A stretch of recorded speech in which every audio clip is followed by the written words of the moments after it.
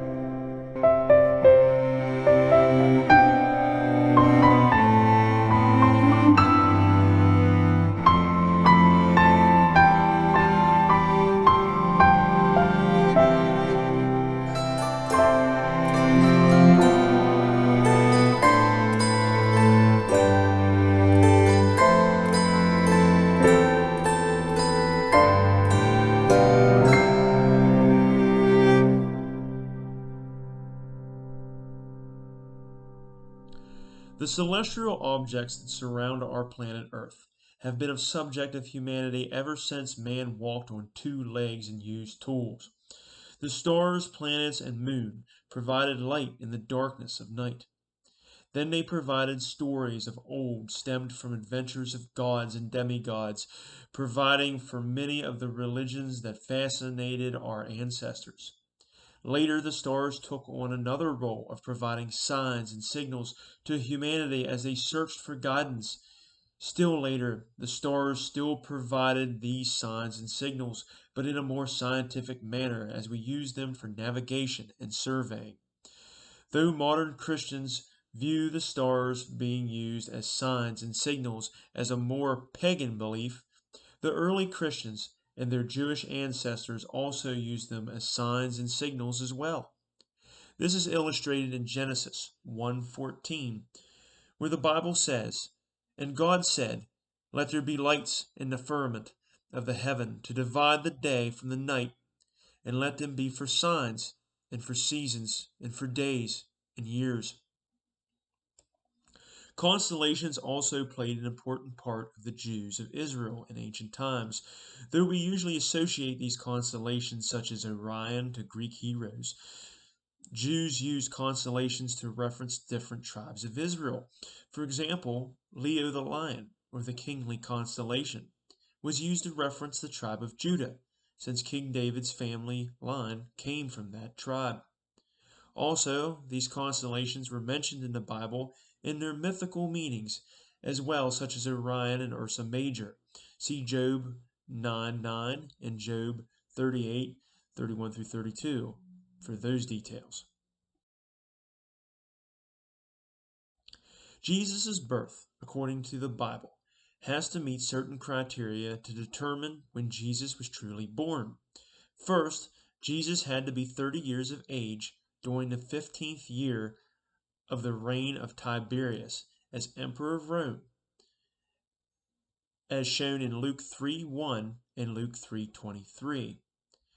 Now in the 15th year of the reign of Tiberius Caesar, and Jesus himself began to be about 30 years of age, being, as was supposed, the son of Joseph, which was the son of Heli. This is the year he was baptized by John the Baptist and started his ministry. Second, a registration or census had to occur in Judea during his birth, as explained in Luke 2:1-3. And it came to pass in those days that there went out a decree from Caesar Augustus that all the world would be taxed. And this taxing was first made when Cyrenius was governor of Syria. And all went to be taxed, every one into his own city. Note that in the King James Version it says tax, but when you translate it to the original Greek word means registration or census, which is shown in some King James copies, such as mine. Thirdly, Jesus was born 6 months after John the Baptist, as it says in Luke 1:26 and Luke 1:36. And in the 6th month of John the Baptist's mother's pregnancy, the angel Gabriel was sent from God unto the city of Galilee, named Nazareth, to a virgin espoused to a man whose name was Joseph, of the house of David. And the virgin's name was Mary. And the angel came in unto her, and said, And behold, thy cousin Elizabeth, she hath also conceived a son in her old age, and this is the 6th month with her, who was called barren. Lastly, a great sign in heaven from Revelation 12 occurs. Revelation 12:1-2 says, And there appeared a great wonder in heaven, a woman clothed with the sun, and the moon under her feet, and upon her head a crown of 12 stars. And she being with child cried, travailing in birth, and pained to be delivered. To determine exactly when Jesus was born, we must meet all 4 of these criteria. According to Luke, Jesus was 30 years old during the 15th year of the reign of Tiberius, Emperor of Rome. Tiberius became Emperor of Rome on August 19th, 14 CE. Being that the author of the book of Luke was Jewish, he would be using the Jewish calendar. Jewish calendars were lunisolar and based off the phases of the moon. Because of this, their year starts sometime in September, on the day called Tishri 1, when they celebrate the Jewish New Year called Rosh Hashanah. And the year ends sometime in the next September. Since Tiberius started his reign in August 19th, 14 CE, that entire year, according to a 1st century Jew, would be awarded to him. So the year reckoned by the Jewish author of this account for the first year of Tiberius' reign would be from September 13 CE and go to September 14 CE. This would put the 15th year of Tiberius' reign as Emperor of Rome from September 27 CE to September 28 CE. This would be the year Jesus was 30 years of age. That would mean that Jesus would have been born somewhere between September 3 BC and September 2 BC. This narrows down our dates a good bit. As we saw, Luke 2:1-3 shows that a registration occurred during the time of Jesus' birth. We also discussed that there is a slight word difference in the King James Version in comparison to the original Greek, a change that occurred when scholars and clergymen mistranslated a few things. So let's look at Luke 2:1-3, directly translated from Greek, shall we? Now in those days a decree was issued by Caesar Augustus that all the world should be registered. This was the first registration when Quirinius was ruling from Syria. This registration was also mentioned by another individual, which was 1st century Jewish historian Josephus. Josephus was writing not for the Jewish people and not for Christians, but for the Roman Empire. Plus, he was an historian, which should eliminate any religious bias on his part. Josephus states, "When therefore the whole Jewish nation took an oath to be faithful to Caesar and to the interests of the king," which is Herod, above 6,000 Pharisees refused to swear. In the time frame of Christ's birth, Rome did not have a census like what we have in the U.S. today. However, there was something special that occurred about that time. Caesar Augustus was the ruler of Rome at the time and ruling during the prime of Rome's existence, known as the Pax Romana, or Roman peace, a time of no wars, no large political turmoil, no economic issues, just peace. It was the Golden Age. The Senate of Rome wanted to declare Augustus Pater Patriae, or father of the country. This would increase his power and certify him as supreme ruler of Rome. To do that, they had to have everyone to agree to it, including people who had claims to other thrones. The result of Augustus Caesar's promotion was a registration of all people under his rule so they would swear allegiance. History records that Augustus Caesar became Pater Patriae after a Senate declaration in 2 BC, so this registration had to occur before 2 BC. But what year did the registration occur? We need to consult Luke 2:1 through 2 again. By doing so, the true question becomes, when was Quirinius Varus, or Cyrenius in the King James Version, ruling in Syria?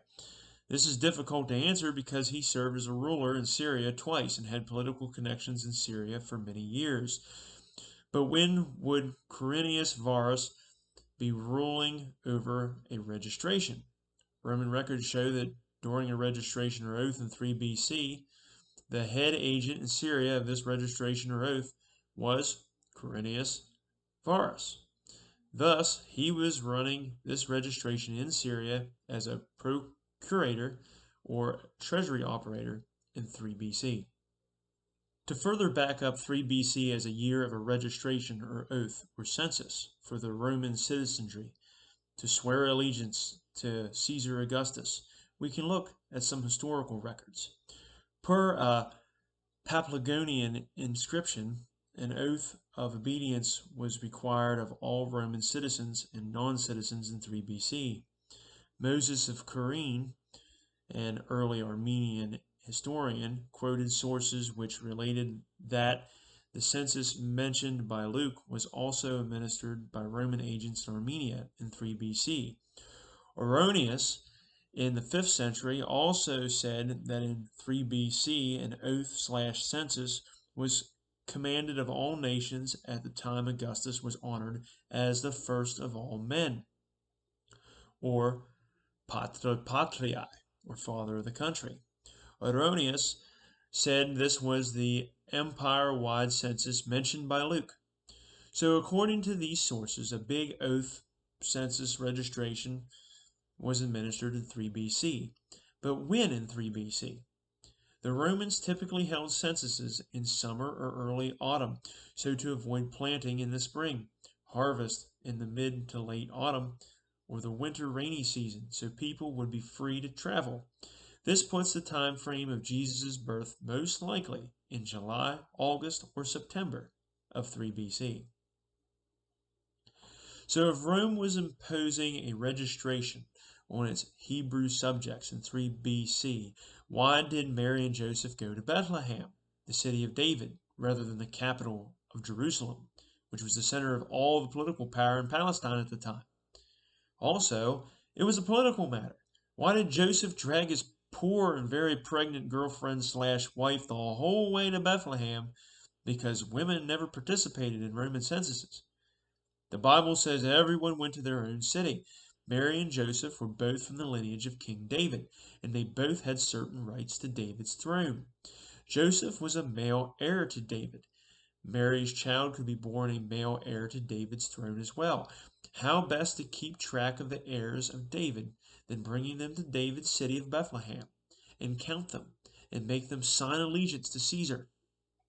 Both Mary and Joseph had to bend the knee to Augustus by relinquishing their rights to the throne of David and accepting Augustus as the father of the country and accepting Roman rule through King Herod.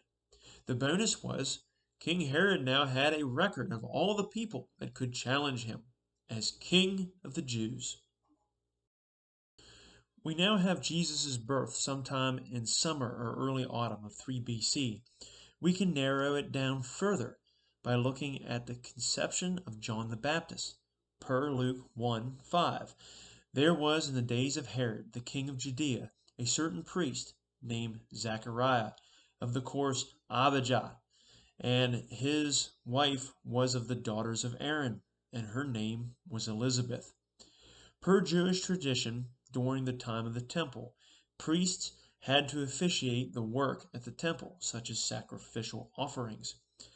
These priests not only worked at the temple, but worked as farmers and craftsmen too. They worked in shifts at the temple. The Jews called these shifts courses. There were 24 shifts or courses for the priests. Each shift or course worked 2 weeks out of the year, each week 6 months apart. Zechariah was of the Abijah course or shift. In 4 BC, the Abijah course served the temple between May 19th to May 26th and between November 22nd to November the 29th, per Luke 1:23 through 24. And it came to pass that as soon as the days of his ministration were accomplished, he departed to his own house. And after those days his wife Elizabeth conceived. Zechariah finished his duty at the temple and went home to his wife, and they conceived John the Baptist. That means if John the Baptist was conceived in 4 BC, he would have been conceived around May 26th to June 1st, 4 BC, just after Zechariah's first shift, or November 29th to December 6th, 4 BC, after Zechariah's second shift at the temple. The normal human gestation period is 9 months and 10 days, so 9 months and 10 days later puts the birth of John the Baptist around March 10th, 3 BC or September 10th, 3 BC, depending on which of Zechariah's shifts Elizabeth conceived at.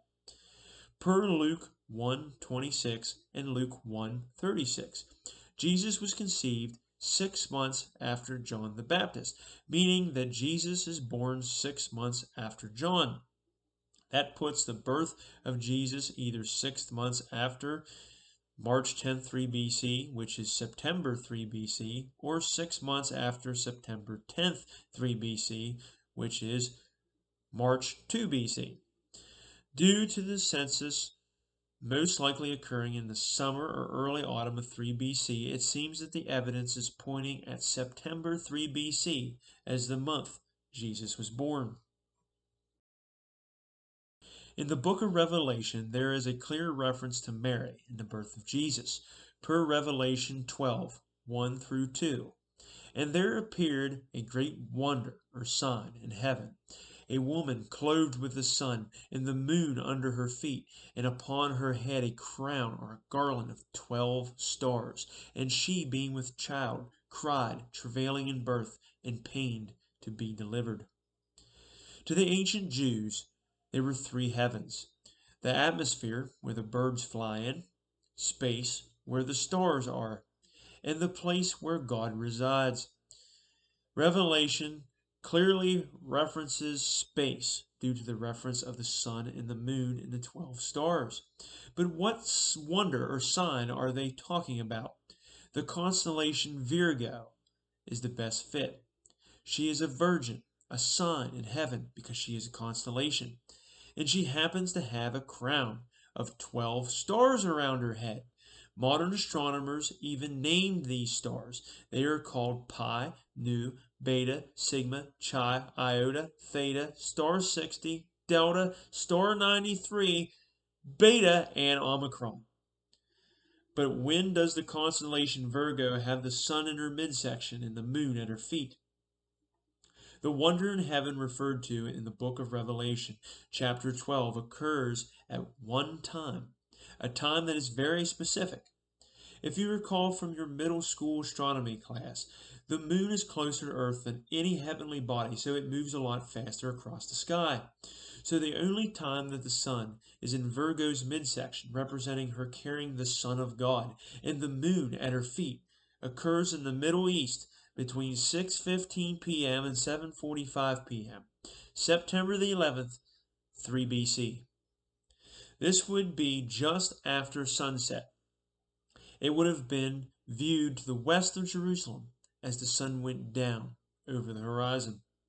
The more astonishing thing is when you realize what sundown on September the 11th, 3 BC meant to the Jews, because it was the beginning of Rosh Hashanah, Tishri 1, or the Jewish New Year. The Jewish New Year began at sundown on September the 11th in the year 3 BC. The Jewish calendar is lunisolar, which means that holidays are determined by the lunar cycle or the phases of the moon. The Jewish New Year, or Rosh Hashanah, does not occur in the same day every year when compared to our modern solar calendar because the phases of the moon are on a different cycle than the sun. This is why Easter is always on a different Sunday than the previous year, because we base the celebration on the Jewish calendar. The significance of Rosh Hashanah, being the very day Jesus was born, is that Rosh Hashanah is also referred to as the Day of Trumpets, because of the practice of blowing horns or trumpets to ring in the coronation of a king. All Hebrew kings were inaugurated officially on Rosh Hashanah. Then, every year of their reign, the Hebrew people would blow trumpets in honor of that king. What better way to ring in the coming of the official king of the Jews than have everyone at sunset blow trumpets in his honor, even though they were oblivious of him at the time he was born, a humble son of a carpenter?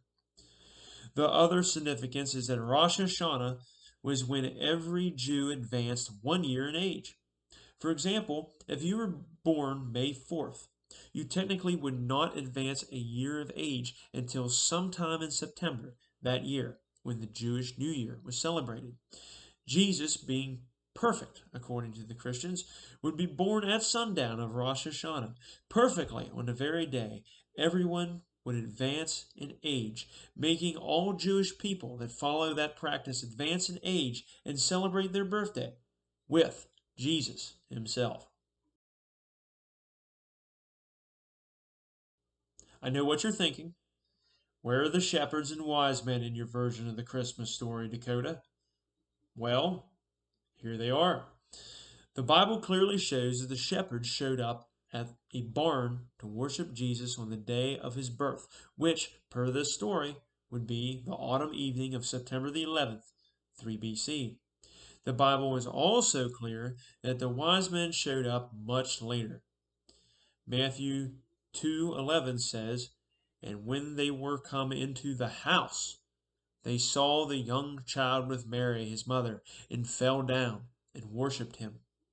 The wise men came to visit Jesus in a house, not a barn, and they saw the young child with Mary his mother.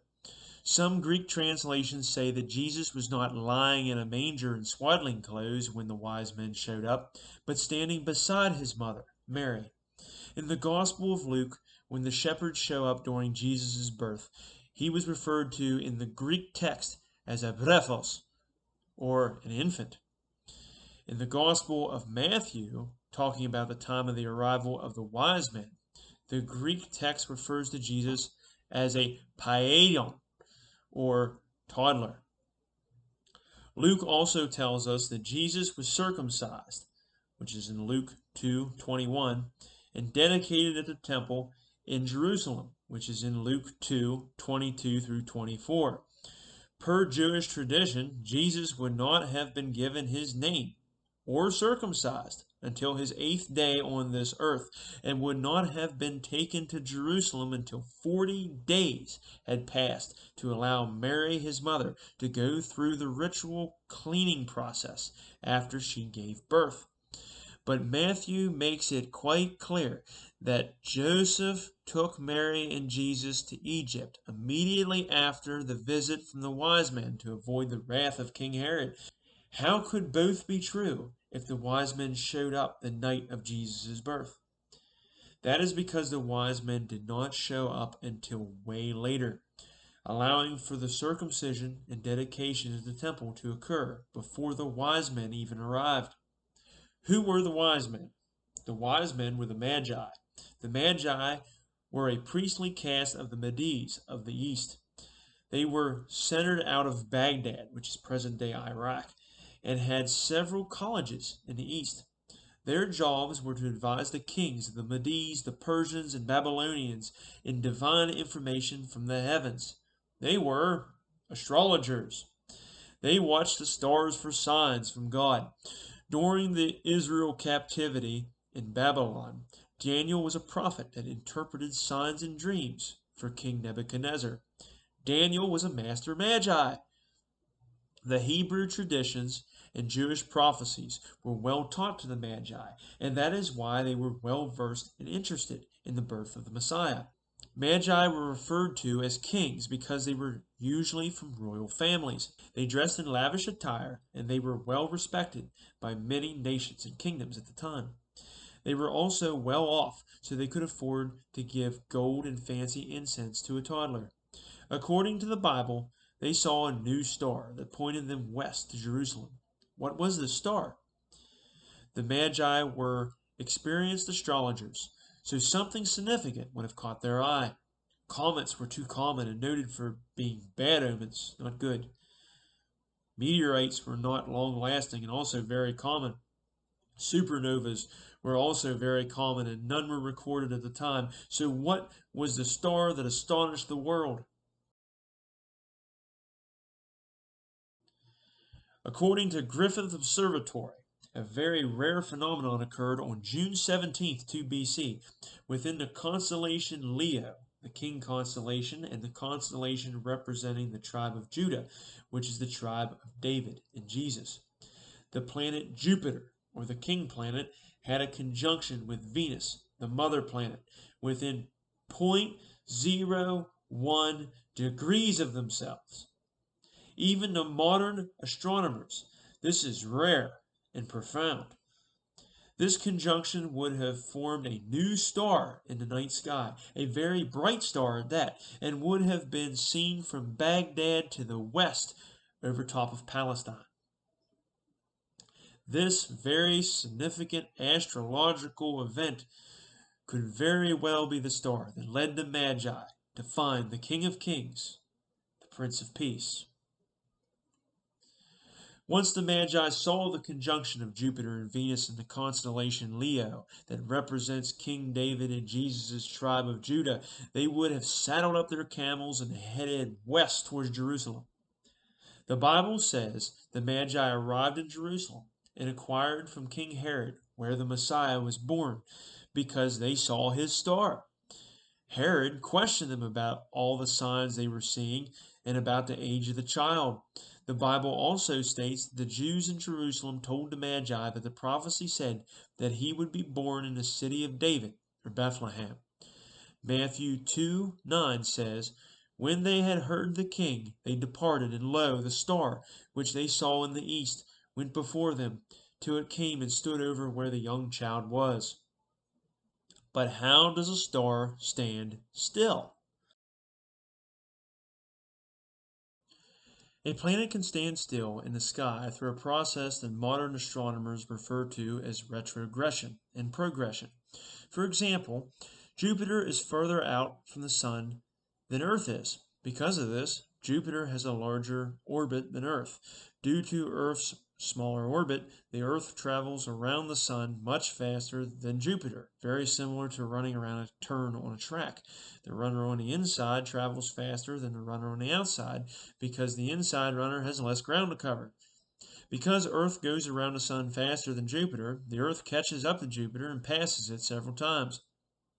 When you watch this phenomenon in the sky from the Earth's surface, Jupiter appears to slow down, stop, travel backwards, stops again, and then continues its trip across the heavens. This is retrogression and progression. This is an illustration of the retrogression and progression of Jupiter as a time lapse between 3 BC and 1 BC. Note the conjunction of Venus and Jupiter on June 17th, 2 BC, and the retrogression that occurs in the constellation Virgo in the end of 2 BC. Per the Gospel of Matthew, the Magi left Jerusalem and headed south to Bethlehem, where the star they saw before appeared to them again, and it was over where Jesus was, in Bethlehem. The planet Jupiter, the king planet, and the star they saw before stand still due to retrogression in the constellation Virgo, which is the Virgin Mother, just before sunrise on December the 25th, 2 BC. This would have been seen by the Magi during their morning observations. And where did the star stop? To the south of Jerusalem, over top of Bethlehem, the place where they found Jesus and where Jesus was prophesied to be at. What is the significance of December 25th to the ancient society of Rome?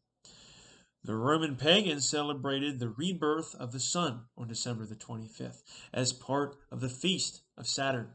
The Feast of Saturn starts on the winter solstice, which is December the 21st. It is also the shortest day of the year. The winter solstice is the day the sun stops moving south due to the tilt of the earth, which gives us the 4 seasons. The sun appears to move across the sky every day of the year. You can observe it yourself. In the summer, look as the sun is going down and pick a landmark such as a mountain peak or a radio tower and remember where the sun goes down in relation to that landmark. Then in the winter, do the same thing and you will notice that the sun is going down further south in relation to that landmark than it did in the summertime. On December the 25th, the sun starts moving north again, which means to the pagan Romans that the cycle is starting over again, and spring and summer will be coming soon. December the 25th was a day the pagan religions would give gifts to their children, servants, wives, and animals to commemorate the rebirth of the sun. This is why the Magi gave gifts to Jesus, and why we give gifts on December the 25th even today. It is interesting that the star of the Magi would go into regression over Jesus on the same day that the whole Roman world was celebrating the rebirth of the sun. Why do we celebrate the birth of Jesus on December 25th instead of on the Jewish New Year? December 25th plays a significant part of the story of Jesus, though it was not the day of his birth. In the 4th century AD, Rome was trying to Christianize the pagan citizens under the leadership of Emperor Constantine, his mother, and his successors. To Christianize Roman pagans, they combined already celebrated holidays by the pagans, such as the celebration of the rebirth of the sun, with Christian traditions, such as the birth of the Son of God. That is why we celebrate the birth of Jesus on December the 25th.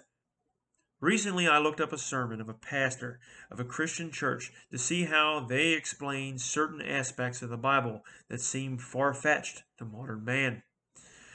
Their main talking point was that Christianity, and any religion for that matter, was faith-based and only for the believer.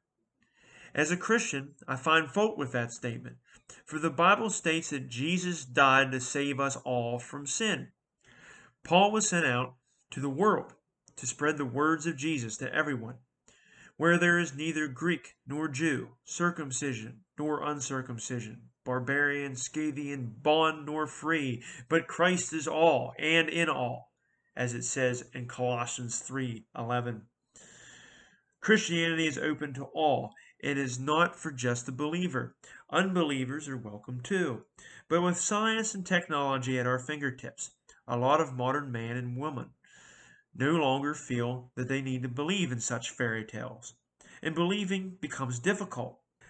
But what if these fairy tales could be proven by our science and technology?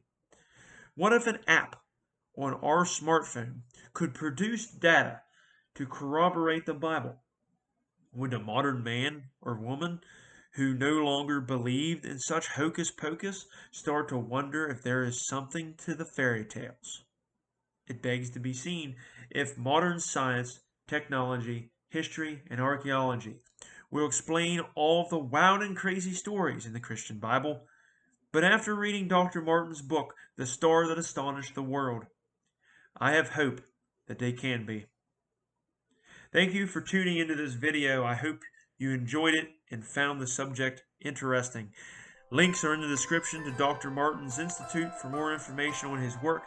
I highly recommend his book because I did not cover all the evidence he presents. He has way more information to bring to the table on this subject. Please like this video and subscribe to my channel to see more.